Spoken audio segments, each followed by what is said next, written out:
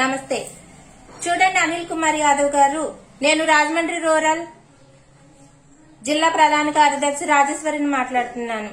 మీరు పవన్ కళ్యాణ్ గారు cinema remuneration తగ్గించుకోవాలి, ఆ లాభం ప్రజల సొమ్ము వేస్ట్ అయిపోతుంది, నలుగురు జేబుల్లోకి వెళ్తుంది అని చెప్తున్నారు. ఈ పాయింట్ మీద మీరు సినిమా రేట్లు తగ్గించానని చెప్తున్నారు, బానే ఉంది. మరి ఇదే విషయం మీద మేము కూడా మాట్లాడుతున్నాం. అదే ప్రజల సొమ్ము 3,000 కోట్ల రూపాయలు మీరు సున్నాల పేరుతో, రంగుల పేరుతో నాశనం చేశారు కదా.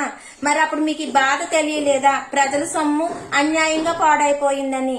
50 కోట్ల రూపాయల సినిమాకే మీరు అంత బాధపడుతుంటే 3,000 కోట్ల రూపాయలు రంగులకి, ఆఖరికి సమాధులకు కూడా రంగులేసి నాశనం చేశారు కదా. మరి ఆ విషయం మీద ఎందుకు మాట్లాడట్లేదు? మీ జగన్మోహన్ రెడ్డి గారికి ఉన్న కేసులకి శుక్రవారం కోర్టుకు వెళ్తుంటే కొన్ని లక్షల రూపాయలు ప్రజల సొమ్ము ఖర్చు అవుతుంది కదా. మరి అవి కూడా బూడిదలో పోసిన పన్నీరే కదా. మరి ఆ విషయం మీద ఎందుకు మాట్లాడట్లేదు? పవన్ కళ్యాణ్ గారు తన క్రేజ్ ని అమ్ముకుంటున్నారు, కానీ మీకులాగా ప్రజల నమ్మకాన్ని అమ్ముకోవట్లేదు.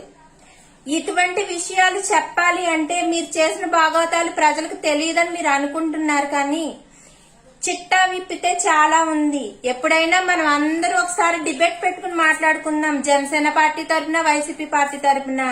అంతేగాని పవన్ కళ్యాణ్ గారి మీద టార్గెట్ చేసి సినీ ఇండస్ట్రీని డౌన్ చేసినంత మాత్రాన పవన్ కళ్యాణ్ గారి క్రేజ్ అనువంత కూడా తగ్గదు.